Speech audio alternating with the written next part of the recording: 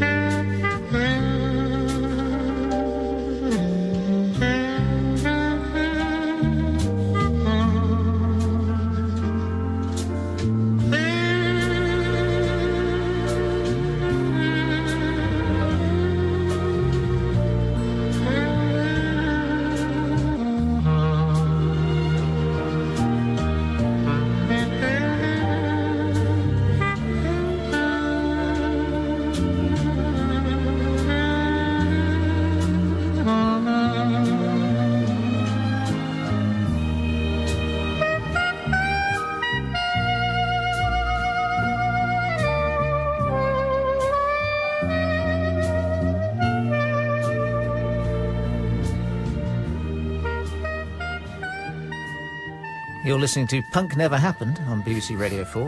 That was Stranger on the Shore by Acker Bilk. It reached number 2, some say number 1 in Britain, and was the first British recording to get to number 1 in the American Billboard chart in 1962, long before Karl Pilkington was born. So why did you choose that one, Karl? Just memories, really. Memory that it brings. I used to... my mum and dad had a caravan in Wales, and we used to go to the same caravan park, you know, every bit of time. Whereabouts was that? It's in Portmaddock. Okay. Every bit of time I had off from school, that's where we used to go for like 7 weeks at a time and stuff. And, there was a bloke on the site called Seagull Sid, whose job it was, I don't even know if it was a proper job or if he was just a local fella who had nothing else to do. And he used to go around and scare seagulls away because they used to go on top of the caravans, keep people awake. But then at night, the entertainment in the family room was Seagull Sid again. I don't know if he was meant to be there. I don't know if he was paid to do it. And he'd have like a bowler hat on, and he'd wear a woman's nightie, and that song would come on, and he'd just walk around the family room, sitting on fellas' knees and kissing them. And when you're a kid, I mean, I was like 6, 7, 8 at this time. And it was a terrifying image. I didn't like it, but there was something that made me want to look.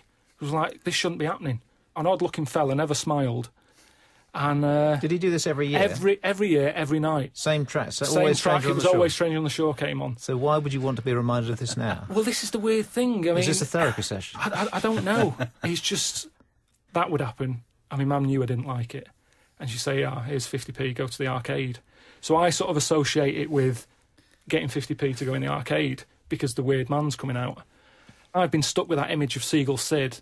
I just kind of thought, well, I might as well bring it onto you as well. So did you ever see him? Did he ever sit on your father's knee? No, my dad's not up for that sort of thing. He'd sort of say, I'm going to the bar or something, or, he wouldn't put up with that. Dominic, what did you make of Stranger on the Shore? Well, I'm struggling to disentangle what I thought of Stranger on the Shore with my image of Has it been Seagull. soiled for you forever? It has been soiled. It's been tarnished now, which is a shame, because I loved it, actually, when I first heard it, which is some years ago, and I've always thought it had this wonderful kind of mournful quality to it. I don't think of it in terms of a beach. I mean, it is a beach for me, but it's not a beach with sun and people building sandcastles. It's kind of rainy, and there's a couple walking miserably, probably arguing or something, or breaking up or whatever. I think there's a sort of lament to it, actually. But I suppose that's what's good about an instrumental, because you're not forced to be thinking either way. It can have a different mood on you, and it won't date because of that. Stephanie, did you get an image of a cross-dressing seagull scarer when you were listening to this? No, and maybe it's kind of perked it up for me, actually, because I have to say it was just the kind of, and it might be strange since I didn't choose anything that was particularly cutting edge, but it's the kind of sort of cheesy, easily listening, just in the abstract, that I would immediately, listening to that, think, shit, am I trapped in a lift somewhere? If I walked into a lift without realising it. It just seemed so... You have to obviously have been there, I think. Yeah, maybe. I have to say, in Acker's defence, I have seen Acker perform this live at Pensford Music Festival. Acker lives about 2 miles away from me. And he lost his teeth, I think in a sledging accident when he was a kid. He's Somerset born and bred. And then he lost his finger in a canning factory or something. And his reedy a clarinet style is down to the fact he doesn't have any front teeth.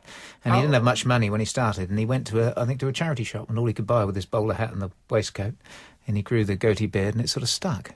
He describes this as his pension, this song, because it's had 4 million radio plays, and Which he's finger now, he's did now he lose? painting. Don't know, it's one of his little fingers, I think. Is that finger important when playing a Obviously clarinet? not. Well, obviously not this particular song. Maybe if you had it, there'd be a lot of notes in there that... And, you and to see, see him that's- performing yeah. in the drizzle at Pensford Jazz Festival, or Music Festival, was fantastic. No, and I love the clarinet, actually, so it has that in its favour. I think it's just this particular... I think my problem is that it's an instrumental. I want something to have a time and a place, and I want it not to be just in the background. I want to be listening to it. Carl, you were saying earlier, though, that you loved songs that had a narrative, that had a story, and there's no... I there's do. nothing... Well, Seagull Sid is the story. Seagull He's Sid's obviously the filled in biggest. there. I actually really want to think about that. There's loads of songs that, Elvis in the Ghetto I like for a story. Brilliant. When I heard that, I thought he was singing In the Ghetto, and he was standing with his feet in a cake, and I So couldn't... you've ruined it now. I've done what Seagull Sid has done for you.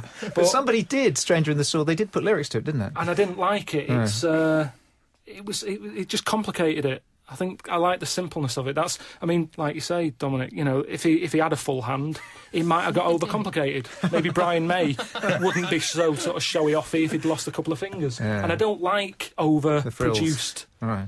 music, which none of us have really picked. I mean, nothing's been overcomplicated. OK, I think we should have another taste of Stranger on the Shore. Here are the strings.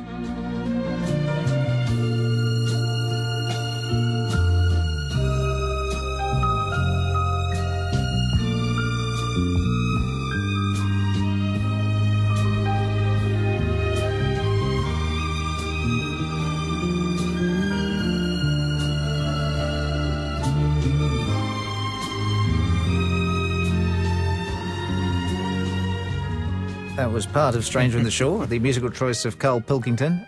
Did he ever get hit, Seagull Sid, when he sat on a man's knee? Or did people only go in there if they were prepared to have a man sit I on think there? at the end of the day, the people who wanted him to sit on his knee sat on the front row. And, the bar suddenly got busy when he came out.